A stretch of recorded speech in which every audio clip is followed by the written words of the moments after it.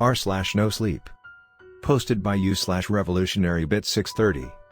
An ice cream truck man comes by every night at 3:14 a.m. He says he can make all our wishes comes true. Part 3. Wednesday, 3:14 a.m., July 4, 2012. The song was starting to haunt my dreams at that point.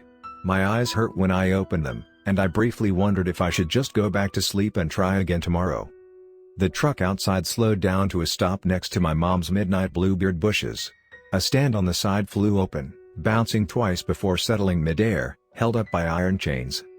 A massive American flag was tied up to the plastic cone on top of the truck like a superhero cape, flowing proudly despite the complete lack of wind. I'd forgotten it was the 4th of July. Max was faster than me. He was already out the front door while I was blindly reaching for some slacks to throw over my sleeping dress. I creeped out of my room, checking the hallway on each side like I was crossing the road. On my tiptoes, I made my way to my parents' bedroom. I pressed my ear to the door, holding my breath to hear if they were sleeping.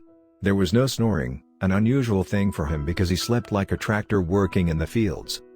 Sometimes, he too would stay up all night for no reason, blankly staring at the TV but not actually watching anything. I looked into the bathroom. Empty. I went down the stairs, skipping over those that creaked and stretched my neck to see if there was a shadowy figure on the couch. Nothing. The kitchen was the same. The counters were spotless and organized the way Mom liked it. I almost missed it. One of the blue chairs was slightly off to the side, stepping out of the carpet. I put it in its place, only to find that something else was now amiss. The fridge magnets, souvenirs from vacations back to Albania, were now cluttered up in a corner. I separated them, turned around, remembered I was still holding one piece in my hand, turned around again and they were ganged up in the same place like I hadn't just fixed them up. There was a fly buzzing around my head, obnoxiously bumping too close to my ear. I didn't bother arranging them this time, only swiped my hand across it and hoped no one would notice that the castle was now upside down. Whatever, I said to nobody. I'm just seeing things. Everything is okay. Everything is alright. The fly went into my ear, freaking me out even more. I swatted at it, hitting my own face harshly. It bounced off into the wall and with a hard slap, I killed it. The entire house shook with the impact. My lungs drew an involuntary breath. The lamp trembled from the short earthquake. I waited for the lights next door to turn on, for my parents to come thundering down, for the neighbor to start a dramatic howl everyone would roll their eyes to. But nothing happened. I didn't even realize I was moving until the sliding glass door was locked. I had my keys with me, even though I didn't remember picking them up.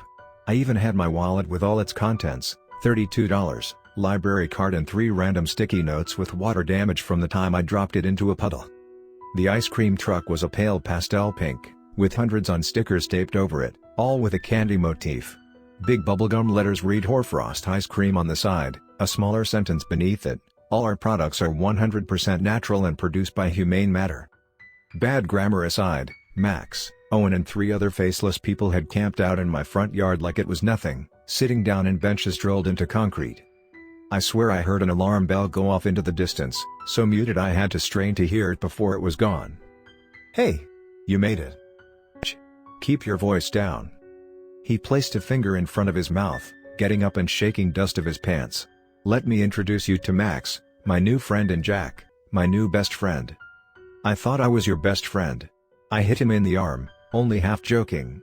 He'd met the guy yesterday and he was like, probably 30 and on the verge of being caught by the FBI. Hi, Max whispered meekly. His eye looked worse in the dim light. He was more tired than ever, shoulders dropping low and his knees pulled to his chest. He was nursing an oval cherry ice cream on a stick, already half finished and melting on his hand. Hey! That's for horses. What? What? He jumped up on his seat, looking around like he was unsure of anything around him. He took another experimental lick. Sorry, I was joking around. Oh, okay. There was an outstretched moment of awkward silence, before Owen poked me into the truck's direction. Look at the menu. It was a large table with over 50 different flavors, each with its own tagline on the bottom. Camera, tonic of lightning, control the weather. Camera, potion of chaos, brings a new event into your life. Camera, tonic of transcendence, see into the unknown. Camera, flask of the archmage, not sure what it does yet. Camera, elixir of iron skin. Invincible. Camera, filter of thunder, more weather control, but now with hints of dirt. Camera, filter of desires, 18 plus only. Camera, brew of ecstasy, seriously, legal adults only. Camera, filter of intellect, pass all of your exams. Camera, file of foresight, you should have seen this one coming. Camera, brew of twilight, berry chocolate blast. Makes you happy. Very few of them gave any hints of what literal flavor the ice cream was. Instead, they were named like Dungeons and Dragons potions, at least, half of them were. The other half were just normal names: Oliver, sad artist; James, football player; Todd, told some very funny jokes; Emma, here because representation. It was ridiculous and slightly unnerving, like joke that didn't quite land properly. I was so into reading the list, trying to figure out a meaning behind the hipster bullshit, that I didn't notice him until he was a literal inch away from my face. Howdy. Fuck. I must have jumped back half a foot, slamming back into the cold metal with a solid thunk. It burned when it hit my bare elbow, the friction ripping of some of my skin with it. I could see all three of them laughing, but it played like a comedic soundtrack, jarring and crowded. My name is Jack. What wish can I make come true for you today? What? He laughed again, mouth open to reveal 4 rows of shark-like teeth. A string of slime connected them together in a truly disgusting sort of way. He was clearly young, early 20s at best, and ridiculously attractive. Tousled blonde curls, deep brown eyes, and a wide smile with 2 perfect dimples. He radiated comfort and chill vibes. I'm so sorry, did I scare you too much? No, I'm okay. Not scared or anything. I tried to play it off, but my face was as red as a tomato. I couldn't even look at him. So, why is an ice cream truck around in the middle of the night? Yes. How did you know? It's the first thing out of everyone's mouths. He winked. I work for Late Night Cravings, and we only do business at the odd hours of the night. Jack produced a card from his sleeve, holding it out between 2 fingers. Like the call of a siren, it was irresistible. Within a second, I was right in front of the cooler, looking at the colorful rectangles of syrup and ice cream. He placed the paper inside my outstretched wallet, replacing the sticky notes with it. I saw him open the cash register and throw them in, along with other strange knickknacks. The first one is always on the house, he said, and pulled out a vanilla bar on a stick. This one is called Dine and Dash. It's an experimental flavor. He let the word roll around on split tongue, tapping his fingers impatiently on the table. I looked back at Max and Owen, both of them were nodding in encouragement. It's just some ice cream. Why am I hesitating? I bit into it, teeth first. It was definitely ice cream. It had a rich and thick flavor of vanilla that coated my entire tongue. I guessed it was the handmade gelato type, with vegan products and whatnot. Oh no, we don't serve vegan or vegetarian products actually. He answered. Had I asked a question? It's really good, I said. Still, it was rather disappointing. With the random things that had been happening since the truck first showed up, I was expecting something more Lovecraftian. The ice cream was pretty tasty otherwise. I sat between Owen and Max, who shoved the last piece of his cone into his mouth, chewing loudly. I bristled, biting my tongue not to scold him. It was not my place. For all I knew, all kids my age ate like that. I was simply too mature for my age. At least that's what my mom always boasted about. He got up and waited politely at the end of the line, right behind a small child of no discernible face or gender. Jack smiled down radiantly at him and was already looking for something on the side. I took another bite, watching. I have a special treat for my best customer so far, how about it?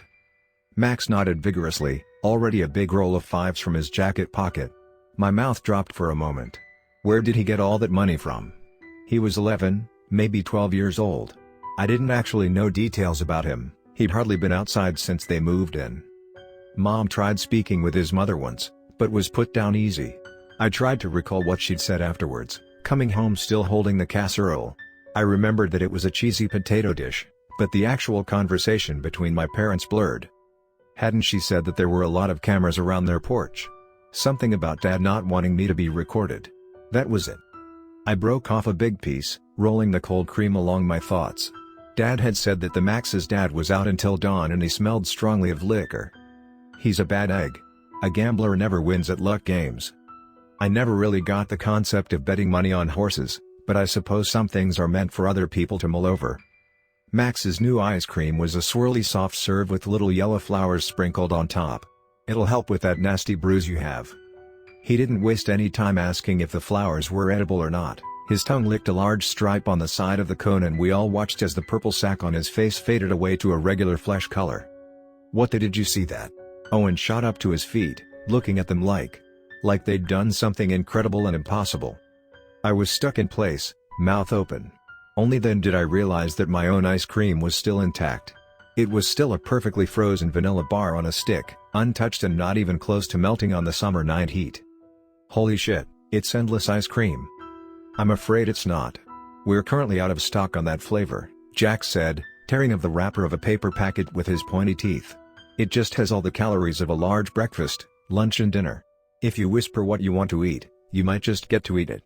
Owen, who was rotating Max's head around to see the damage, or more accurately the lack of, twisted around like we'd said his name.